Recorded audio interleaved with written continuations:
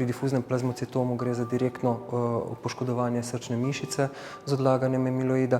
Večinoma gre pa za dolgoročne posledice zdravljenja z nekaterimi zdravili oziroma z obsevanjem. Zdravila lahko delujejo neposredno kardiotoksično, tako da skupaj z rakavimi celicami odmre del srčno-mišičnih celic, lahko delujejo na togožilne stene, lahko poškodujejo mehanizme starjevanja krvi in vsi te načini slej ko prej lahko privedejo na dolgi rok, govoriva o razponu od 0 do 10, običajno bliže 10 let, pozne posledice, do srčno-žilnih bolezni. Podobno tudi obsevanje, če je srce v neposrednem teku tega obsevalnega žarka, dejansko zaradi obsevanja samega okvarjeno. Tle pa večinoma zaznamo bodisi poškodbe koronarnih arterij, tisti, ki jih prehranjuje srce, srčnih zaklopk ali pa osrčnika. Najpogosteje govorimo o srčnem popuščanju, delno tudi zaradi tega, ker je to v bistvu sindrom, ki je lahko končna posledica kakršnekoli okvare srca ali pa žilja. Vseh ostalih srčnih bolezni, njihovega poslabšanja, vse to lahko privede do srčnega popuščanja. Drugi tak sindrom je ishemična bolezen srca, predvsem ko so poškodovane koronarne arterije, ki prehranjujejo srce in zaradi tega srce ne dobi dovolj prekrvavitve. Opažamo tudi motnje srčnega ritma ali pa okvare zaklopk zaradi neposrednih učinkov sevanja. Raziskave, če pogledava, kažejo oziroma poročajo o razponu med 1% do 30%.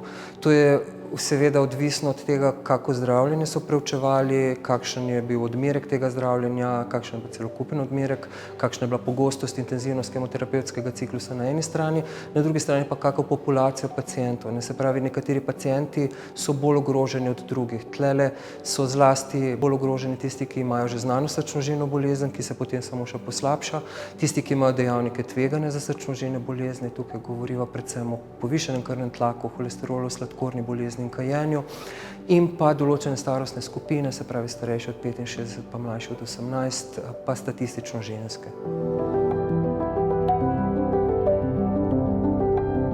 Osnovna želja je, da preprečimo, da do tega ne bi prišlo.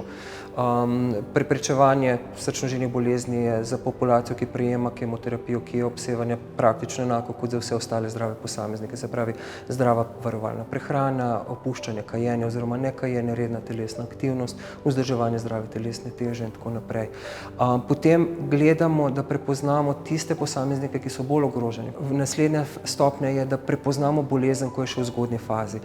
Tle pa gre za različne programe diagnostike, najpogosteje, kadar iščemo recimo okvaro srčne mišice z ultrazvokom srca, kadar iščemo neustrezno prekrvljenost z obremenitvenimi testiranji, kadar iščemo motnje ritma z elektrokardiogramom. Zadnji del tega sosledja je pa zdravljenje bolezni, ko se že pojavi. Določena zdravila zaščitijo srce pred napredovanjem bolezni oziroma pred poslabšanjem, recimo zaviralci ACE pa blokatorji beta.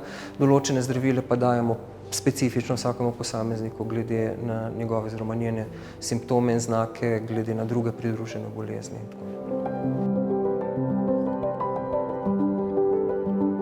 Na področju pediatrične onkologije je program izjemno sistematičen in že dobro organiziran desetletja. Pri odrasli populaciji so stvari malo bolj stohastične, tako da tle veliko sloni na lečečem hematologu oziroma onkologu, da prepozna posameznike, ki so bolj ogroženi, da naroči določene preiskave pri tistih, kjer misli, da bi preiskava doprinesla kakršnokoli spremembo v zdravljenju. Zdravniki in pacienti v fazi zdravljenja onkološke bolezni vse svoje topove usmerjamo v onkološko bolezen, kar je v bistvu normalno in tudi prav verjetno, ampak potem, ko se te stvari nekako razblinijo, je potrebno misliti tudi na srce.